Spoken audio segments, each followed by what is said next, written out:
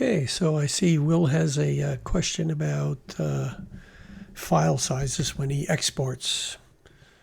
He'd like to get his 50 gigabyte files down to about 18 gigs so he could put them up on some platform and preferably be able to keep the quality and missing and lower the file size. Of course, that's going to be a little bit of a challenge. My first observation, and I'm not an total expert on this, that you want to match the format that you're filming in. So if this is a higher format, you don't get something for nothing. In other words, if you didn't filmed it at this density, exporting it at that density is just going to be interpolation. It's not going to be actual data that was captured. But I'm going to assume that he actually does film at 4K 60 frames per second. So let's take a look at that. Okay, let's take a look at how we could possibly reduce the size of a 50 gigabyte project. And here I've copied all of these 17 items over for a total of 47.2 gigabytes.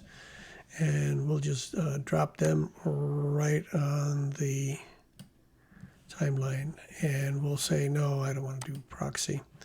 So we've loaded up 47 gigabytes of data, about an hour worth of material.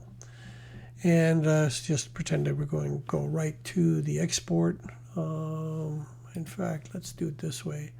Where our resolution is crazy high at 5760, 2880, almost 30 frames per second, but our color space is not the highest. This would generate a higher or larger output. I'm not an expert on these technical things in here, so these are just my observations. Anyway, let's go to the export settings.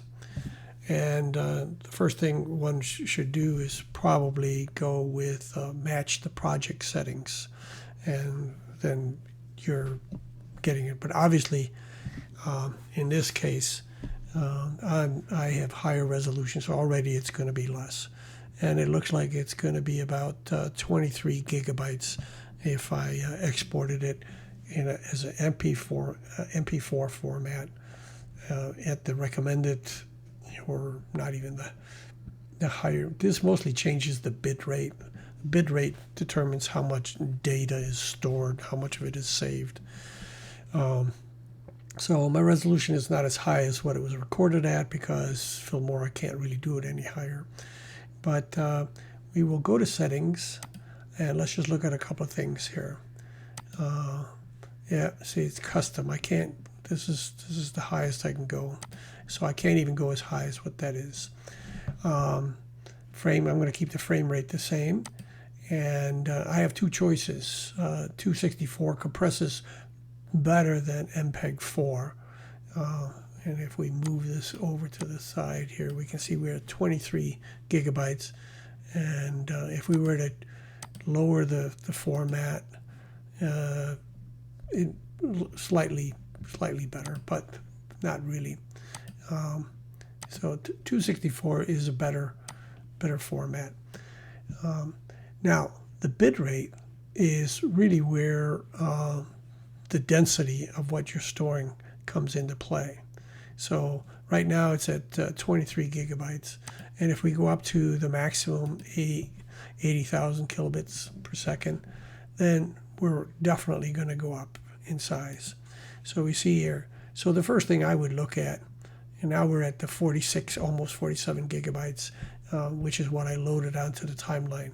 So the first thing I would look at would be in the settings and would be the bit rate. You can probably shave a little bit off with the variable bit rate is probably better than a constant, although I bet you we don't increase too much over that. No, it made no difference in this case. These are things that you can go around and test out. So the bit rate, first of all, is the first thing. Now, the next thing is this color space.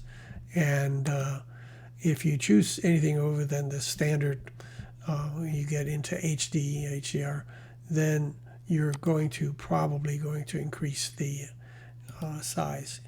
Again, it didn't increase the size at all. So the only other thing here that I know that you can change is there's no compression quality check or whatever, but if you go for high compression, then you're going to keep more of the quality, more details, but will also take longer time, and therefore it probably is going to be larger also. And it's not necessarily larger, but it's at like 1 hour and 7 minutes. So these are the only things that you technically really can change that will change the file size when you're exporting. And we can go here, none again, apply. It's still the same length of time. But those are the things that you can check. Those are the things you can do. Obviously, when you get something that gives you a lower quality, for example, if you click lower quality here, now we're down to way smaller. It's not even in gigabytes. But if you go into settings, you'll get a warning that the bit rate is too low. And that's why I said this is probably your first check, is to just check the bit rate. And it looks like you really have to be at that 4,000 just to be able to get it.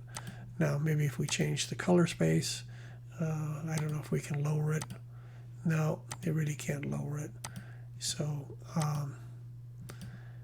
you can do it, and you probably get a smaller file, but it's